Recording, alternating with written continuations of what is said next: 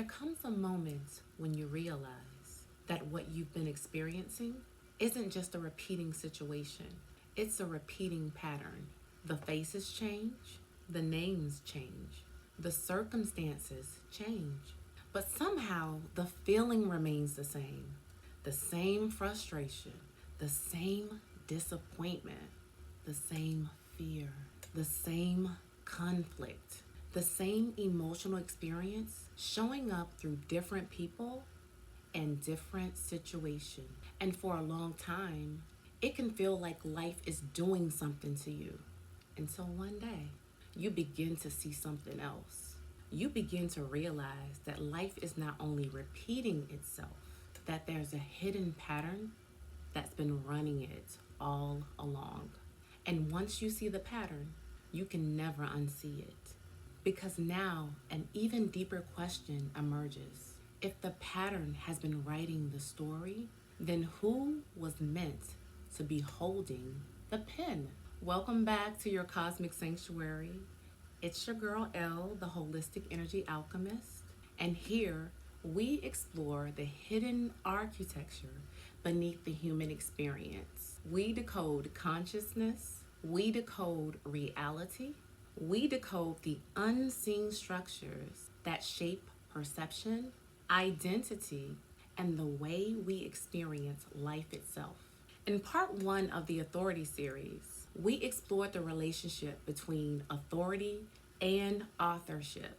We explored the idea that whoever defines meaning becomes the unseen architect of reality. In part two, we explored the relationship between parents, patterns, and partners. We uncovered how inherited emotional patterns become the lens through which we experience ourselves, our relationships, and our reality. But today, we complete the cycle. Because once you recognize the pattern, the question is no longer just where it came from. The question becomes, how do we stop allowing it to author our lives? One of the greatest revelations on my journey has been realizing the pattern was never personal to me. I ain't gonna lie, it felt very personal. It felt like me. It felt like it was my thoughts, my reactions, my choices, my personality. But when I began observing it very closely, something became very clear. The pattern existed before me. I could see it in my family. I could see it in the relationships around me and my relationships with men. And I can see it in the generations that came before me. I could see people suffering from the same wound while expressing it in different ways. And then I suddenly realized this isn't just my story. This is a story that has been repeating itself, an ancestral story, a familial story, a human collective story. And because it was inherited unconsciously, many of us mistook the pattern for ourselves. We mistook the wound for our identity. We mistook survival for who we are. Now, the pattern isn't just an idea. It isn't just a belief. It actually lives in the body. It lives in the nervous system. It lives in the breath. It lives in the emotions that were never fully allowed to move. Fear creates contraction, and contraction interrupts circulation. The breath becomes shallow. The body tightens. Emotions become frozen.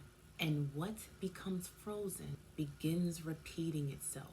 Not because life is punishing you, not because you're broken, but because life is always seeking movement. Life circulates, blood circulates, breath circulates, energy circulates, and so should emotion.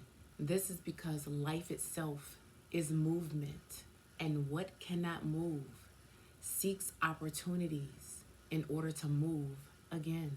This is why the same emotional experiences keep showing up, because something is asking to be seen and felt, and honestly, to be met with love.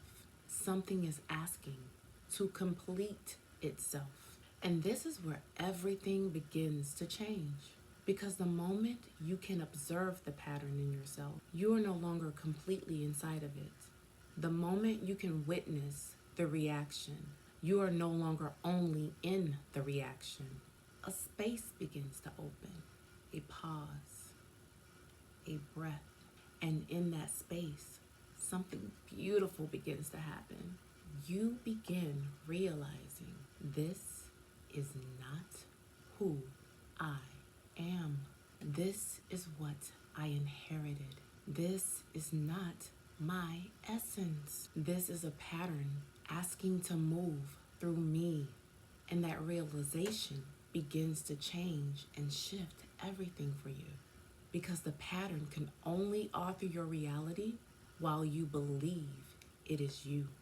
And underneath the pattern, underneath the wound, underneath the fear, underneath the survival identity, there has always been something present.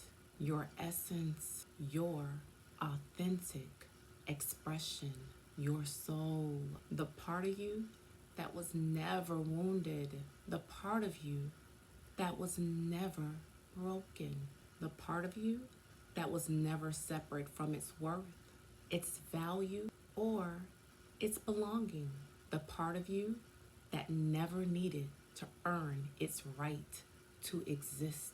And as the pattern loosens, as your awareness deepens, as frozen emotions begin moving again, you begin remembering who you were before you mistook the pattern for yourself. Remembering who you were before fear became identity. Remembering who you were before survival became your primary way of relating to life.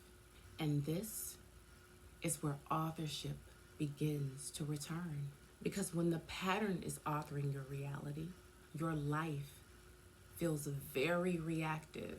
You are responding to what has already happened, responding to old wounds, old fears, old emotional imprints. But when your soul returns to authorship, something else emerges. Creation, your authentic expression, choice, presence. You stop asking life who you need to be, and you begin naturally expressing who you are. You stop waiting for reality or others to tell you your value, and you begin living from the truth of it. You stop reacting from inherited stories, and you start creating from remembered truth. The pen returns to its rightful owner. And perhaps that is the deepest meaning of authority, the return of your own authorship, the return of the ability to consciously participate in the creation of your own experience, not from fear, survival, inheritance, but from your truth. And once that truth is remembered, you begin to see that maybe it wasn't just the pattern that caused for you to forget who you are. Maybe you are also misoriented. And that is exactly where we're headed next. Thank you so very much for joining me for the Authority series. And I'll see you in the next series, where we go even deeper as we explore orientation.